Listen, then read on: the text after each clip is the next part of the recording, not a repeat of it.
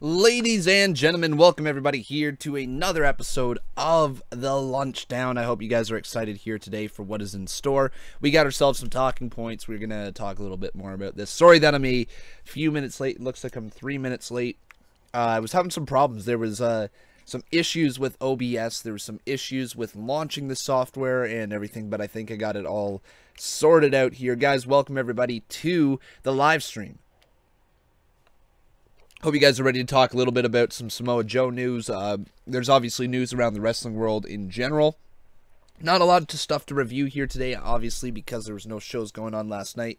So we can talk a little bit about potential WrestleMania plans, what we expect to see at Mania, and all those type of things. But we're going to obviously start off with Samoa Joe, because he is the biggest news to come out here today. Remember, if at any point you guys wish to chat along with me, you can make sure you do so by becoming a sponsor and going on over into this chat and just asking any questions your heart desires. Those are some pretty cool ways that you can talk to me right there, so make sure you do so. You can also tweet me at Conman167, and I will answer your Twitter questions at some point during the show. We also do live calls if you happen to wish to call into the show through Discord. It's a great way to call in. Remember, if you're watching here later live, or what should I say? If you're watching here at a later time and not watching live, then make sure you guys tune in the next time that we are live, which will be on Monday from 12 until 1 p.m. Eastern Standard Time. Always live Monday to Friday, every single weekday. But guys, welcome everybody. My name is Connor, if you do not know who I am. And today we are talking about all things wrestling. We're starting off with Samoa Joe. So, the news is that Samoa Joe is rumored to be facing Roman Reigns after WrestleMania 34. This does not say if it's for the title or if it's for just, you know, a grudge match or for a #1 contendership. It does not say anything like that. So we don't know the results of WrestleMania ahead of time. Thank God it didn't tell me those results, because I don't like looking at spoilers. I like looking at rumors. So yeah, the rumors are that he is going to be facing Samoa Joe, Roman Reigns that is, facing him after WrestleMania 34. But those plans can change, as it literally says right here, though they do add to the caveat that things can change. So keep that in the back of your mind. Not everything you hear on rumors are true, but rumors are also, though, that they say he'll be back in time for the European tour of May, and that he's pretty much waiting on creative. So it looks like Samoa Joe's basically healthy enough to return to the ring.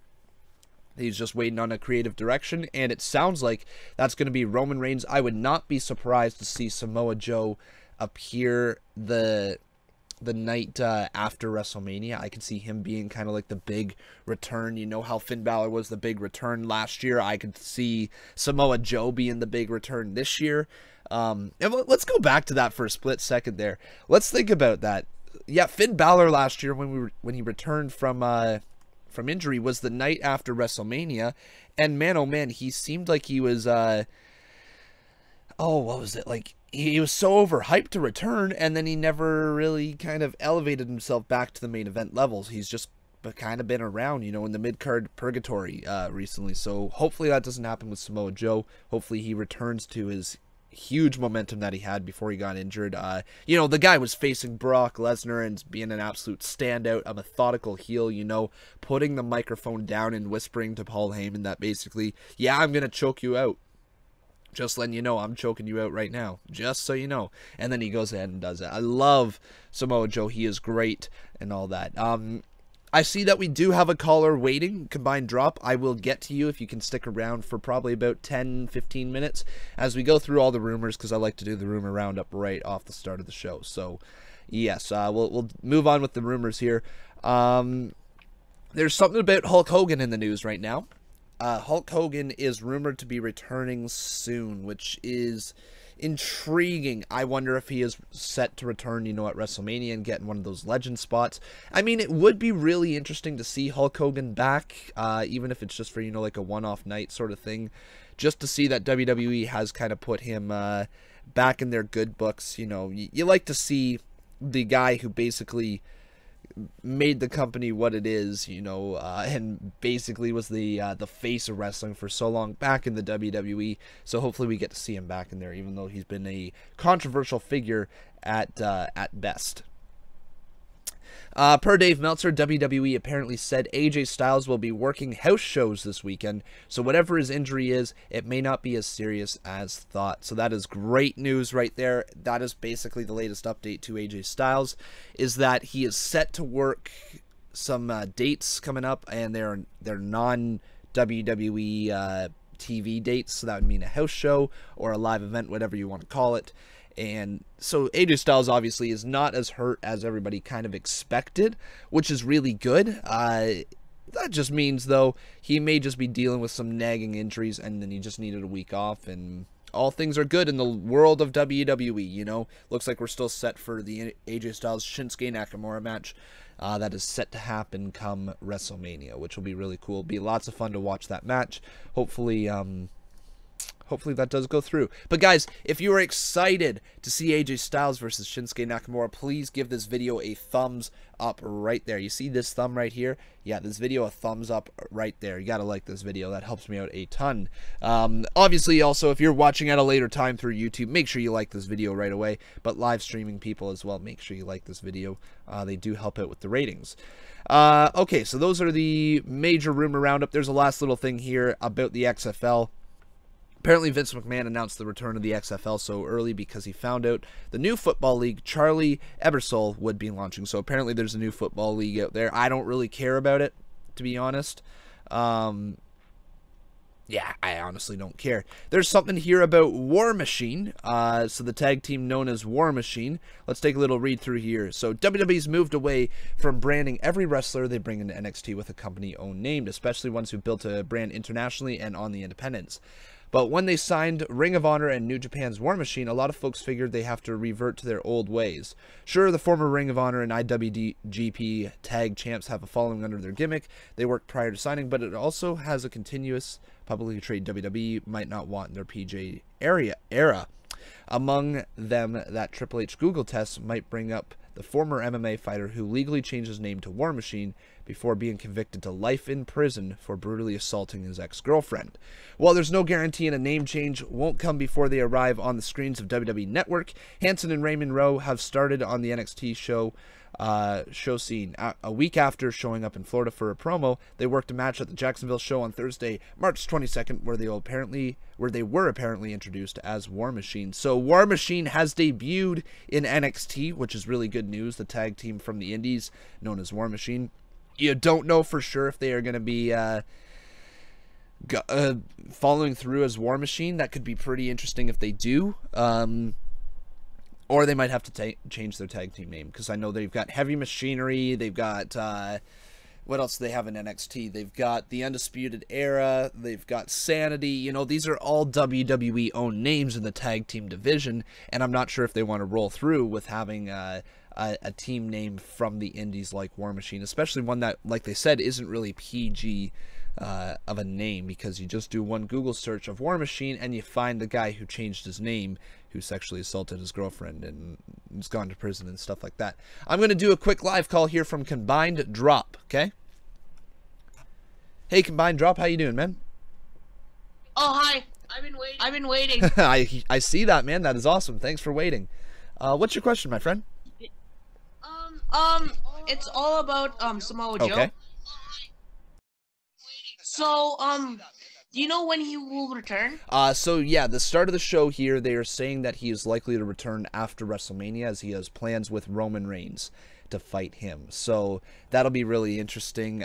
Probably the night after WrestleMania, if not the first pay-per-view following WrestleMania, to start up Roman Reigns' next feud. So that's likely right there. Wait. Do you think they will start? Do you think that they will renew a rivalry or no? A rivalry between Samoa Joe and Roman Reigns? Yeah. Yeah, absolutely. That seems like the plans that are going on right now. Obviously, things can change, but the rumors are right now is I'm assuming Roman Reigns wins at the show of WrestleMania. They don't say for sure if this will be for the title or not, but then the night after WrestleMania, Roman Reigns is going to need a new challenger. Rumors were that it was going to be Seth Rollins for a while, but now it's looking more like it's going to be Samoa Joe. So probably expect Joe the night after WrestleMania for the WWE Universal title. Oh, interesting. Yeah, we'll see if that actually follows through. But those are the rumors right now, man. Okay. I subscribed and I subscribe to your channel and I like and I always watch your live Awesome. stream. Thank you very much, man. I'm gonna get going on with the rest of the show though. Thanks for calling in and thanks for being a great supporter. All right, talk to you later. Bye-bye. See ya. Cool. So yeah, that's a good question there. Yeah, so like I said, guys, they are expecting to see Roman Reigns versus Samoa Joe after WrestleMania. That's likely what is going to happen, according to all the rumors today. So let's do a little quick segment I like to call the breakdown. And yes, I'm going to have some graphics coming for the show here. We're going to be redoing the layout probably next week, I think. Maybe come Monday you'll see a new layout. Gonna be pretty cool. I'll actually talk quickly about the new layout before we do the breakdown as well. The layouts, we're gonna have 5 different segments. You're gonna see them along the bottom here. It's gonna look pretty cool, like an actual talk show. But the segments are Rumor Roundup, the breakdown, Sponsor Spotlight, Twitter questions, and Conman's take. So those are kind of the 5 little, I guess you could say, segments that we have on this show. And we'll get right into the breakdown. So the breakdown is me taking an angle that is going on right now, and I break it down. You know, as DX likes to say, break it down. That was the terrible DX impression, by the way. But, yes, my breakdown here is I'm going to break down further the Ultimate Deletion. I know we've talked a lot about it already, but I want to break this thing down a little bit and talk a little bit about a certain part. And that part is Bray Wyatt going into the Lake of Reincarnation. So there is heavy rumors going around that Bray Wyatt is being reincarnated, I guess you could say, as a different character. So let's see if we can find some stuff on Bray Wyatt rumors right here, because I think we could get a little bit more in depth here. So Bray Wyatt rumors. Here we go. So here we go. Yes, fans might see a different Bray Wyatt after his Ultimate Deletion thing right here. So this is pretty interesting. Bray Wyatt, after being shoved in the Lake of Reincarnation, he might no longer be Bray Wyatt. So I guess he's going to come back back different. I think it's been a year of needing repackaging. I don't know what he'll do, but hopefully something completely different, because the other character ran its course a long time ago. So no rumors on to exactly what he's coming back with. There's rumors that he could come back with, you know, his dad's gimmick, which was IRS. So you could have Bray Wyatt as like an IRS person. There's rumors that he could become part of the Broken Stable, along with Woken Matt Hardy and Brother Nero. They could form a trio of a stable, which is my favorite thing. And it would also characterize Bray Wyatt in a different way. He would no longer be the, I guess, what could you say? He wouldn't be the cult leader type of character. He would be more of the big-bodied enforcer, which would be a crazy different role to see Bray Wyatt in. If he was no longer the leader, if he was a follower. I don't know about you, but that has me intrigued right there to see Bray Wyatt as a possible follower. There's also rumors that he goes back to Husky Harris for just a night for a laugh or something like that. I don't think we see that.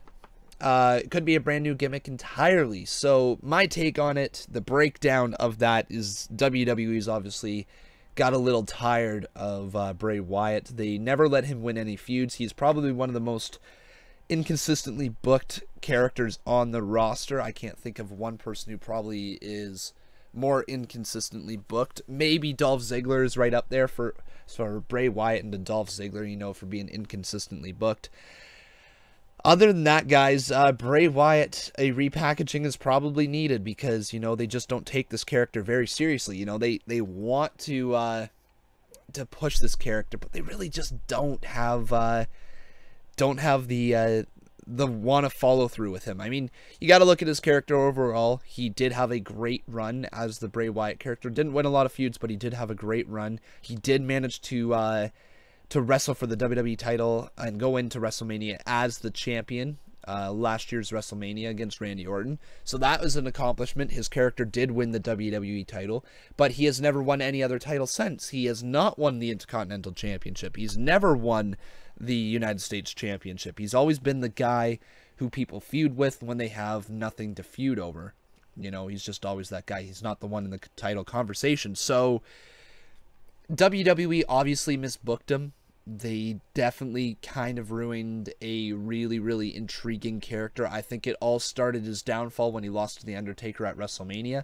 That should have been the year where Undertaker's streak was broken, was Bray Wyatt, but instead they gave it to Brock Lesnar, who, you know, went on a tear after that. But I think the effects of defeating The Undertaker would have been huge for Bray Wyatt. He would have pushed into the WWE Championship picture.